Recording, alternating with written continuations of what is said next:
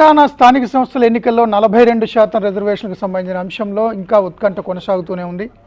సుదీర్ఘంగా విచారణ జరుగుతోంది. ఈరోజు Telangana high court chief justice bench ముందు ఇప్పటివరకు కూడా లంచ్కి ముందు వరకు కూడా పిటిషనర్ల తరపున ఆర్గ్యుమెంట్స్ అయ్యాయి. ఇప్పుడు ప్రభుత్వం తరపున సీనియర్ కౌన్సిల్ సుప్రీంకోర్టు నుంచి అభిషేక్ మను సింఘ్వి ఆర్గ్యూ చేస్తున్నారు.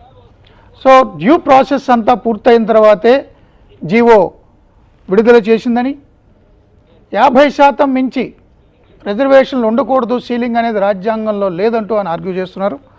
లేటెస్ట్ అప్డేట్స్ని మా ఇన్పుట్ మార్గం శ్రీనివాస్ మనకు అందిస్తారు. మార్గం. మూర్తి గారు, అభిషేక్ మను సింఘ్వి ప్రస్తుతం ప్రభుత్వం తరఫున వాదనలు వినిపిస్తున్నారు.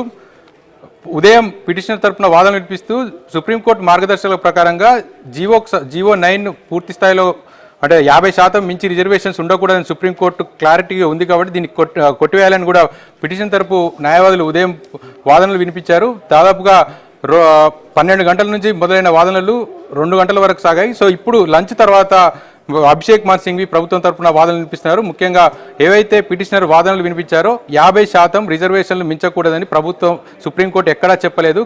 కేవలం దానికి సంబంధించి గైడ్లైన్స్ మాత్రం, అంటే 50% మించకూడని దానికి ఎటువంటి మార్గదర్శకాలు రిలీజ్ చేయలేదు.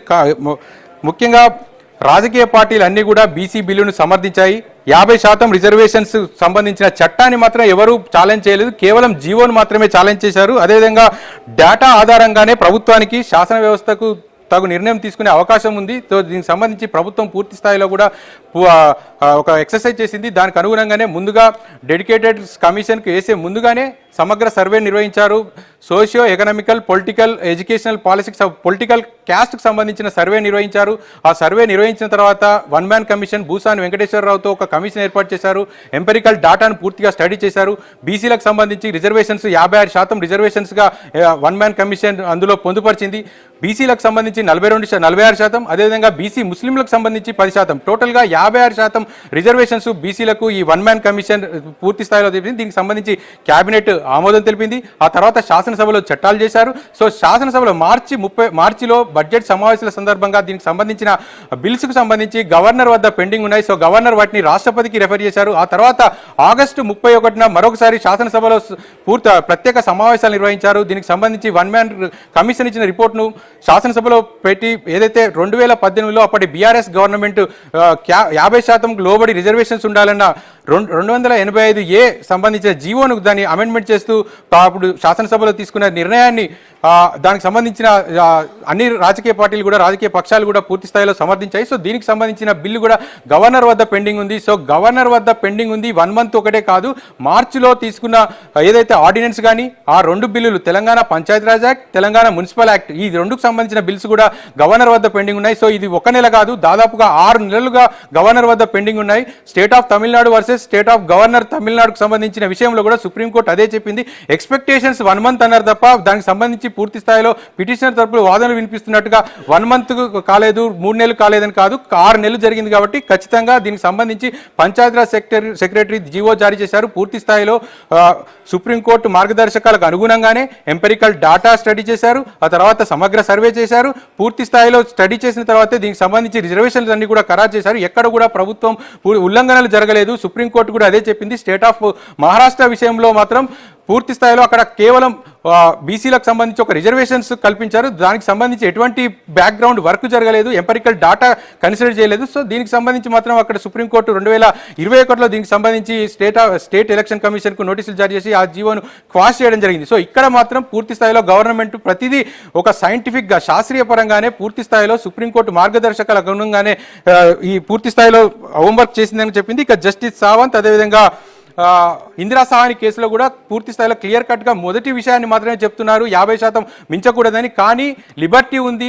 పూర్తి స్థాయిలో డెడికేటెడ్ కమిషన్ వేసి ట్రిపుల్ టెస్ట్ ప్రకారంగా పూర్తి స్థాయిలో ఎంపెరికల్ డాటాను స్టడీ చేసిన తర్వాత రిజర్వేషన్స్ను పెంచుకోవచ్చు అనే అంశాన్ని కూడా అందులో నెక్స్ట్ లైన్ ఉంది. ఇది మాత్రం చదవడం లేదు. కేవలం ఫస్ట్ లైన్ మాత్రమే 50% మించకూడదనే దానికి మాత్రమే పిటిషనర్ తరపున న్యాయవాదులు వాదిస్తున్నారు. సో ఇది పూర్తిగా అసమంజసమని కూడా ప్రభుత్వం తరపున న్యాయవాది వాదిస్తున్నారు. సో మొదటి నుంచి కూడా గవర్నమెంట్ అదే చెప్తుంది. ఇంతకు ముందు ఏవైతే గత బీఆర్ఎస్ ప్రభుత్వం జీవో జారీ చేసినా, లేదా స్టేట్ ఆఫ్ మహారాష్ట్ర సంబంధించి ఎన్నికలకు సంబంధించి జీవో జారీ చేసినా, లేదా మధ్యప్రదేశ్ రిజర్వేషన్లు పెంచు జారీ చేసినా ఎటువంటి బ్యాక్గ్రౌండ్ హోంవర్క్ చేయలేదు, ఎటువంటి డెడికేషన్ కమిషన్ వేయలేదు, ఎటువంటి సమగ్ర సర్వే నిర్వహించలేదు. తెలంగాణ ప్రభుత్వం మాత్రమే పూర్తి స్థాయిలో సుప్రీంకోర్టు మార్గదర్శకాలకు అనుగుణంగా, హైకోర్టు మార్గదర్శకాలకు అనుగుణంగా డెడికేటెడ్ కమిషన్ వేశారు, సిపెక్ సర్వే నిర్వహించారు, కుటుంబ సర్వే నిర్వహించారు. దాదాపు 6 నెలల పాటు నిర్వహించారు. ఫిబ్రవరి 2024లో మొదలైన ఈ సర్వే 2025 వరకు కొనసాగింది. దాదాపు సంవత్సరం పాటు కొనసాగించారు. దీన్ని సోషల్ జస్టిస్ డేగా కూడా ముఖ్యమంత్రి రేవంత్ రెడ్డి అభివర్ణించారు. సో ఏదైతే తెలంగాణ ప్రభుత్వం తీసుకుందో ఇది టోటల్గా దేశవ్యాప్తంగా కూడా ఒక ఉదాహరణగా ఉంటుందని కూడా చెప్పారు. ఇదే విషయాలన్నింటినీ కూడా రాష్ట్ర ప్రభుత్వం ముందు నుంచి ఏదైతే వాదిస్తుందో ఆ ప్రతి ఒక్క అంశాన్ని కూడా ఈరోజు హైకోర్టులో అభిషేక్ మాన్ సింఘ్వి ప్రస్తావిస్తున్నారు. దాదాపుగా పిటిషనర్ తరపు హైకోర్టు న్యాయవాదులు ఏదైతే వాదించారో దానికి అనుగుణంగా, దానికి వ్యతిరేకంగా కూడా అభిషేక్ మాన్ సింఘ్వి వాదిస్తున్నారు. టోటల్గా పూర్తి స్థాయిలో ఆయన ప్రభుత్వాన్ని సమర్థిస్తున్నారు, జీవో జారీ చేసిన విధానాన్ని సమర్థిస్తున్నారు. అన్ని రాజకీయ పార్టీలు సమర్థించాయి, 42% రిజర్వేషన్స్ కల్పించవచ్చు అని కూడా పూర్తి స్థాయిలో చెప్తున్నారు. సో చూడాలి, ఇటు ఇంకా 23 మంది ఇంప్లీడ్ అయ్యారు, బీసీ సంఘాల నేతలు ఇంప్లీడ్ అయ్యారు. దీనికి సంబంధించి ఇంకా వాదనలు కొనసాగే అవకాశం ఉంది.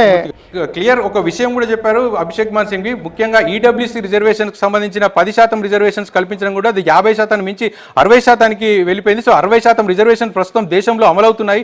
ఈడబ్ల్యూసీ రిజర్వేషన్స్ కల్పించినప్పుడు కూడా ఎటువంటి ఎంపెరికల్ డాటా పూర్తి చేయలేదు. సో పూర్తి స్థాయిలో తెలంగాణ ప్రభుత్వం ఏదైతే నిర్ణయం తీసుకుందో ఇది సుప్రీంకోర్టు మార్గదర్శకాలకు అనుగుణంగానే నిర్ణయం తీసుకుందని కూడా ఆయన క్లియర్ కట్గా వాదిస్తున్నారు. సో ఉదయం నుంచి కూడా పిటిషనర్ తరపు వాదనలు వినిపిస్తూ ముఖ్యంగా 2024 జనాభా లెక్కల ప్రకారంగా ఏదైతే సమగ్ర సర్వే చేశారో దానికి సంబంధించి బీసీలకు 42% రిజర్వేషన్ కల్పించారు. కానీ ఎస్సీ ఎస్టీ రిజర్వేషన్కి సంబంధించి మాత్రం 2011 జనాభా లెక్కలను తీసుకున్నారు. సో ఇది కూడా వైలేషన్ ఆఫ్ యాక్ట్ కిందికి వస్తుందని పిటిషనర్ తరపు న్యాయవాదులు వాదిస్తున్నారు. సో దీనికి సంబంధించి అభిషేక్ మాన్ సింఘ్వి ఏ విధంగా దాన్ని సమర్థించుకుంటారో మాత్రం చూడాలి. సో ఓవరాల్గా చూస్తే మాత్రం జీవో గతంలో మహారాష్ట్ర అదేవిధంగా మధ్యప్రదేశ్ ఈ 2 రాష్ట్రాలు సంబంధించి బీసీ రిజర్వేషన్స్ పెంచారు. వీటికి సంబంధించి సుప్రీంకోర్టు వాటిని కొట్టివేయడం జరిగింది, క్వాష్ చేయడం జరిగింది. సో అదే అంశాలను కూడా పిటిషనర్ తరపు న్యాయవాదులు ఉదయం నుంచి కూడా అదే వాదించారు. కానీ అభిషేక్ మాన్ సింఘ్వి మాత్రం పూర్తి స్థాయిలో వాటిని డిఫెండ్ చేస్తూ పూర్తిగా ఏదైతే ట్రిపుల్ టెస్ట్కి సంబంధించి ఒక డెడికేటెడ్ కమిషన్ అపాయింట్మెంట్ చేశాము, స్టేట్ గవర్నమెంట్ ఓబీసీలకు సంబంధించి రిజర్వేషన్కి సంబంధించి భూసాని వెంకటేశ్వరరావుతో